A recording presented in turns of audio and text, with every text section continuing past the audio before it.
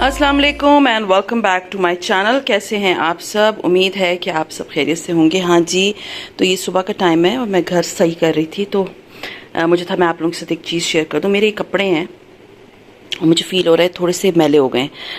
Means मैले in the sense कि इसमें मुझे लग रहा है कि जैसे पसीना वगैरह जो होता है ना वो उसकी एक स्मेल सी आ गई है। तो अब ऑब्वियसली ये मेरे बिल्कुल नए कपड़े हैं। I am not going to wash it like properly machine में डाल के हैंड वॉश। तो अब मैं आपको बताऊंगी कि मैं क्या करूंगी। मैं इन कपड़ों को सिंपल मशीन में डालूंगी। मेरी मशीन में एक फ़ीचर है जिसमें आपके कपड़े 15 मिनट में क्विक वॉश होते हैं। अब मैंने करना क्या है कि मैं थोड़ा सा सर्फ डालूंगी, बिल्कुल थोड़ा सा, और इसके बाद जो है जब वो मशीन मेरी पानी से निकालेगी इन कपड़ों को तो मैं इसके अंदर डाल दूंगी। उसमें मैंने डालना है कम्फी, ठीक है। तो उससे ये होगा कि मेरे कपड़े जो थोड़ा बहुत अगर मैले भी हैं ना तो वो क्विक वॉश में वो धुल जाएंगे, और इसका जो रिंस टाइम है वो मैं ज़्यादा कर दूंगी। उससे ये होगा कि मेरे कपड़े पानी से अच्छी तरह निकल जाएंगे और उसमें जो है वो कम्फी की खुशबू आ जाएगी और जो पसीना वसीना है वो इसमें से निकल जाएगा। तो अब मैं ये कमीज शलवार जो है, ट्राउज़र है इसकी, और ये शर्ट, इनको मैं धोऊंगी, क्विक वॉशिंग करूंगी और आपको दिखाती हूँ। हाँ जी, तो ये मैंने मशीन खोली, आप देख सकते हैं, और मैं कोई कपड़े भी इसमें नहीं डाल रही, बिल्कुल कुछ भी नहीं डाल रही, सिर्फ अपने ये जोड़ा डाल रही हूँ। और ये जगह जब मैं खोलूंगी तब मैं इसके अंदर अपना ये वैनिश डालूंगी, सर्फ नहीं डाल रही मैं, ठीक है। वैनिश डालूंगी मैं तकरीबन कोई ½ टीस्पून के बराबर, नॉट मोर देन दैट, क्योंकि ये बहुत ज़्यादा कपड़ों के लिए होता है। मैं थोड़ा सा ½ टीस्पून, इतना बस, ये आप देख सकते हैं, मैं इतना ये डालूंगी, दैट्स इट। ये डाल लेने के बाद इसके अंदर ये जो ये जगह बनी हुई होती है ना, ये यहाँ पर आप डालते हैं कम्फी वगैरह जो सॉफ्टनर होते हैं कपड़ों के, मैं वो डालूंगी। वो जिस वक्त हम पानी से निकालते हैं ना तो वो उस वक्त यूज़ हो जाता है। सबर मैं ज़रा ये उसमें डालती हूँ, फिर मैं आपको बताती हूँ। हाँ जी, तो ये कम्फी ये वाला मैं यूज़ करूँगी, लेकिन मैं इसकी क्वांटिटी जो है ना बहुत ज़्यादा नहीं रखूँ, क्योंकि एक ही मेरी शर्ट और वो है ट्राउज़र, तो इतना ज़्यादा मुझे ज़रूरत नहीं है। सॉरी, मैं इसका ढक्कन खोल रही थी क्योंकि एक हाथ से वीडियो बनाना ना बहुत मुश्किल होता है। अब आप देख सकते हैं मैं इसमें ना बिल्कुल, ये देख रहे हैं आप, मैंने इसमें डाला है इतना, बस, इससे ज़्यादा मैं नहीं डालूंगी, ठीक है। ये मैंने डाल दिया, बहुत प्यारी लेवेंडर की खुशबू, ब्लूबेरी नॉट लेवेंडर, ये मैंने डाल दिया। इसमें मैंने कोई सर्फ नहीं डाला, सर्फ कपड़ों को जो है ना रफ़ बना देता है जब आप बहुत ज़्यादा वॉश करते हैं। तो अब ये मैं इसको बंद करूँगी और मैं इसको ऑन करने लगी हूँ।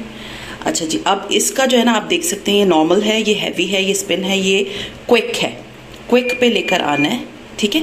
ये टाइम देख सकते हैं 15 मिनट है। वाटर लेवल चेक करते हैं, 2 है, बिल्कुल ठीक है। वॉश टाइम 3 मिनट्स, ठीक है। रिंस एक दफ़ा, ठीक है। और स्पिन जो है वो हम करेंगे इसको 5 मिनट्स के लिए, और मैं इसको स्टार्ट कर रही हूँ। 17 मिनट्स में जो है ना ये मेरे कपड़े रेडी हो जाएंगे। और अब जो पानी आ रहा है ना उसमें सिर्फ वो आ रहा है जो कि वैनिश है, मींस पानी के साथ वो चीज़ आ रही है, वो वैनिश जिसे कहते हैं, जो कि आपके कपड़ों पे अगर दाग वगैरह लगे हुए हैं उसको हटाएगा। उसके बाद जब ये रिंस करने लगेगा ना, पानी को से निकालेगा कपड़ों को, तब जो है क्या होगा, तब इसका वो मोड ऑन हो जाएगा, जिससे कम्फी जो है इसमें आएगा और इसमें बहुत प्यारी सी खुशबू आएगी। तो अब मैं 17 मिनट्स के बाद जो है ना इसके पास इधर आके देखूंगी, मेरे कपड़े साफ़ हो चुके होंगे, और मैं बाहर इनको नहीं सुखाऊंगी, मैं इनको घर के अंदर सुखाऊंगी। हाँ जी, तो उधर वॉशिंग के लिए मैंने कपड़े रख दिए थे, और अभी जो है मुझे दस्तरखान धोने हैं, क्योंकि आज मेरा दस्तरखान धोने वाला दिन है। और दस्तरखान मैं किस तरह धोती हूँ मैं आपके साथ शेयर करती हूँ। ये पैन मैंने लिया है, बिल्कुल साफ़ पैन है, और इसमें मैंने टैप वाटर डाला है। अब मैं इसमें डाल दूँगी सर्फ, ठीक है, और सर्फ डालूंगी, और जब ये पानी उबलने लगेगा तब मैं इसमें दस्तरखान डालूंगी और इसको अच्छी तरह से बॉईल करूंगी। मींस दस्तरखान को सर्फ वाले पानी में अच्छी तरह से बॉईल कर लूँगी, और तकरीबन कोई 2 से 4 मिनट के लिए इसको बॉईल करूंगी। उसके बाद मैं इसमें छोड़ दूंगी कि इसमें से सारा, क्योंकि दस्तरखान में ग्रीस लग जाती है, सालन गिर जाता है या कभी कभी ड्रॉप्स कुछ भी हो, तो वो इस तरह मैं मशीन में कभी आज तक दस्तरखान नहीं धोए। तो अब इसके बाद मैं जब ये होगा, उबलेगा, मैं आपको दिखाऊंगी कि मैं किस तरह इसमें डालती हूँ, और फिर मैं इसके बाद इसको किस तरह निचोड़ के फैला देती हूँ। अब इसको हल्का हल्का से उबाला आ रहा है, और ये दस्तरखान जो है मैं एक एक करके इसमें डाल दूंगी।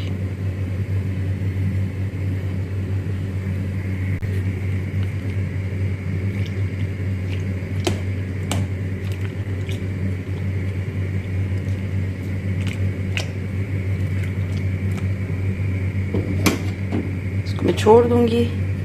ये कुछ देर के लिए इसमें इसी तरह उबलेगा, मतलब ये कि इसमें से सारा जो है मैल है, जो भी है, ऑयल्स हैं, सालन की छींटें, वो सारे इसमें से निकल आएंगे और उसके बाद फिर मैं इसको अच्छी तरह से खंगाल के तो फैला दूँगी। हाँ जी, तो ये आप देख सकते हैं कि मैंने जो है ना, ज़रा मैं चूल्हा बंद कर दूँ, ये मैंने इनको डाला था और इसमें से आप ये देख सकते हैं कितना पीला पीला सा पानी निकल रहा है। और ये हर हफ्ते मैं धोती हूँ। और होता ये है कि जब हम रोटी रखते हैं तो समटाइम्स इसमें सालन की छींटे लग जाते हैं, कभी पराठा होता है तो दस्तरखान जो है वो मैले हो जाते हैं। तो this is the best way to wash दस्तरखान। ये आप देख सकते हैं मैंने इनको अच्छी तरह से, ये अगर आपको फील होता है कि इसमें कहीं पर अभी भी कुछ ग्रीस वगैरह है तो मैं ज़रा इसको हाथ से करती हूँ। मैं कभी भी अपने दस्तरखान मशीन में नहीं डालती, बिकॉज़ ये खाने पीने की चादर मीन्स कपड़ा है, इसको जो है ना उन कपड़ों से दूर ही रखें तो बेहतर है। तो ये अब आप देख सकते हैं इसमें से कितना पीला पीला पानी निकल रहा है। अब ये मैं अच्छी तरह से इसमें से निकाल लूँगी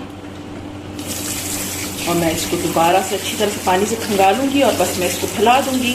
और मेरे दस्तरखान जो है, सॉरी ये पानी कुछ ज़्यादा ही आवा हो रहा है, तो ये मेरे दस्तरखान जो है बिल्कुल साफ़ हो जाते हैं और रेडी फॉर चपाती होते हैं।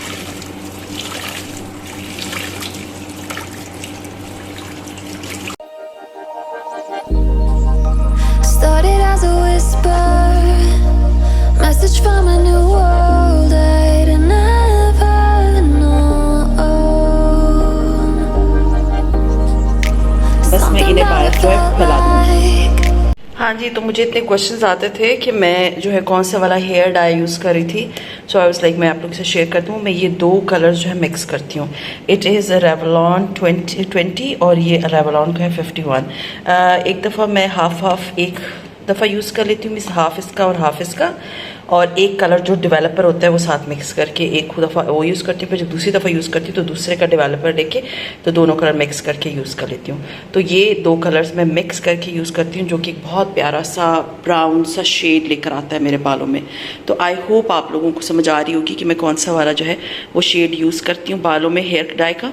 तो अभी जितनी क्वेरीज़ हैं आई होप आप लोगों की ख़त्म हो गई होंगी। हाँ जी, तो टाइम हो गया है कंप्लीट और कपड़े मेरे जो हैं वो धुल गए हैं। मतलब इतनी मज़े की इसमें से फ्रेगरेंस आ रही, सॉरी इसके ऊपर बहुत सारे जो हैं वो बीड्स लगे हुए हैं। अब मैं इसको सिंपल जो है ना वो फैला दूँगी और उसके बाद जब सूख जाएंगे तो मैं इसको इस्त्री कर लूँगी। हाँ जी, तो आज मैं सोच रही थी कि मैंने जो है ना पिज़्ज़ा की डो बना के कुछ फ्रीज़ कर दूँगी, कुछ का पिज़्ज़ा बना लूँगी। तो ये मेरा ब्रेड मेकर है, आप लोगों को पता है ये मॉर्फी रिचर्ड कंपनी का है। और वैसे ये ब्रेड मेकर है लेकिन इसमें आटा बहुत अच्छा गूंदा जाता है। और इसके साथ जो अटैचमेंट्स हैं वो ये कप के मेजरमेंट्स हैं और ये स्पून है। तो सबसे पहले मैं आपको बता दूं कि मैंने क्या करना है। सबसे पहले मैं यीस्ट को एक्टिव करूंगी। मशीन मैंने इधर लगा दी है, ज़रा मैं इसको पीछे करती हूँ और इधर मैं आपको बताऊंगी कि मैंने यीस्ट को किस तरह से एक्टिव करना है।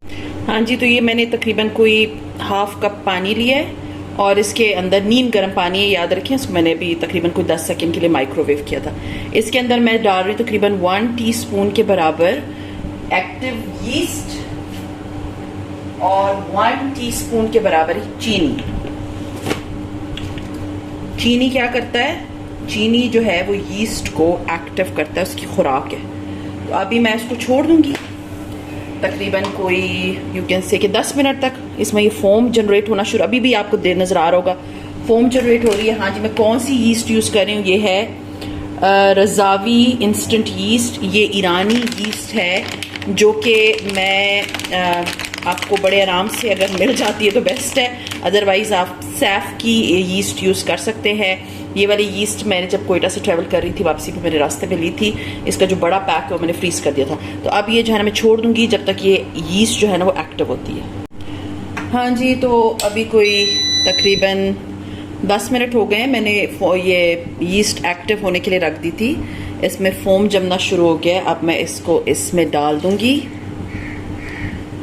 और साथ में मैं इसमें क्या क्या शामिल करती हूँ मैं आपको दिखाती हूँ। 3 कप मैदा इसमें जाएगा।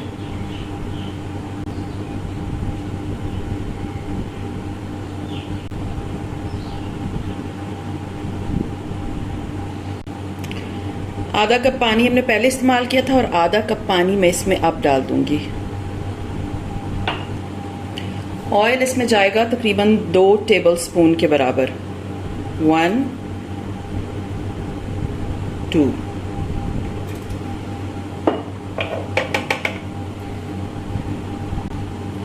लास्ट बट नॉट लीस्ट इसमें तकरीबन कोई ½ टीस्पून के बराबर मैं डाल रही हूँ नमक।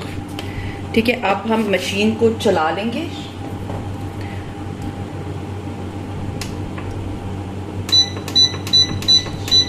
डो की सेटिंग पे मैं इसको ले आई हूँ। 1.5 घंटे के लिए गूंदा जाएगा।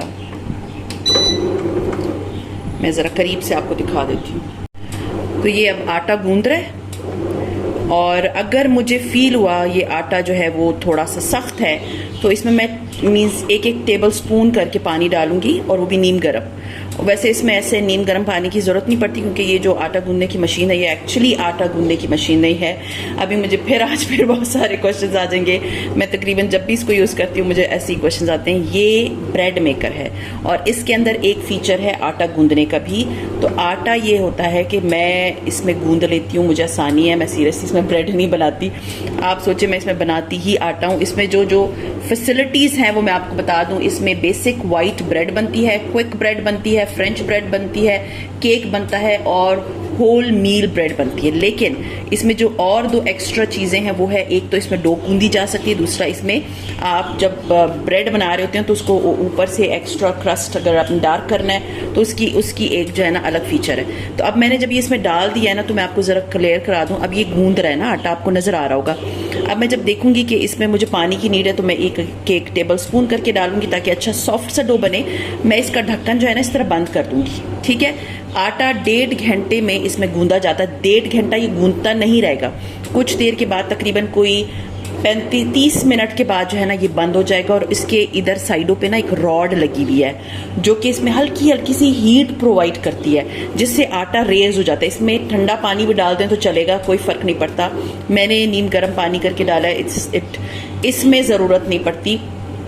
ये मशीन मेरे पास है, आपके पास अगर नहीं है तो अगर आपने पिज़्ज़ा की डो बनानी है तो आपने नॉर्मल जिस तरह से आप आटा गूंदते हैं तसले में उसी तरह ये सब कुछ डाल लेने के बाद आपने आटा गूंद लेना है और उसके बाद उसको कवर कर लेना है। कवर कर लेने के बाद उसको छोड़ देना। आप देख सकते हैं ये अब जो है ना अपने फॉर्म में आटे की मीन्स डो की फॉर्म में आना शुरू हो जाएगा।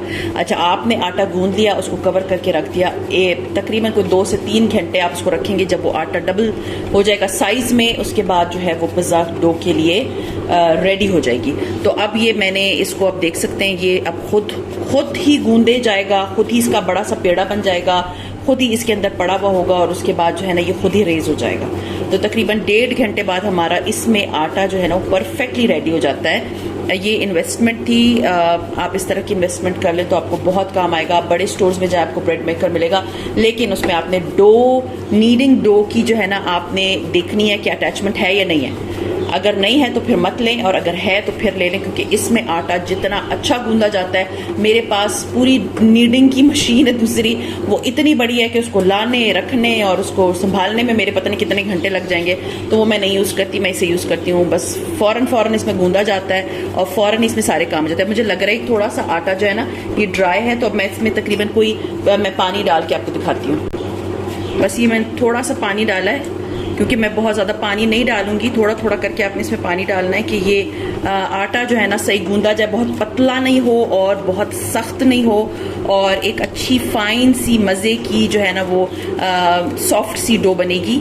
तो उसके लिए हमें जो है ना ये आटा गूंदना होगा अच्छा सॉफ्ट सा। मैं चेक करूंगी बीच में आके थोड़ी देर तक कि ये वैसे प्रॉपरली एक पेड़ा बन गया है और अगर मुझे लगेगा कि ये अभी भी थोड़ा सा जो है ना वो हार्ड है तो मैं इसमें थोड़ा पानी शामिल कर दूंगी। और अगर नहीं आप अपने हाथ से गूंद रहे हैं तो आपको बहुत अच्छी तरह पता चल रहा होगा कि आपको नीट है या नहीं। तो अब ये मैं आज आप लोगों को डो की रेसिपी इसलिए इतनी क्लियरली बता रही हूँ ताकि अगर आप लोग बनाते हैं ना डो तो इसको आप फ्रीज भी कर सकते हैं तो आपको कोई प्रॉब्लम ना हो। ठीक है, अब मैं इसको अच्छी तरह से मीन्स ये डो बनती रहेगी और फिर उसके बाद मैं आपको एंड रिजल्ट दिखाऊंगी।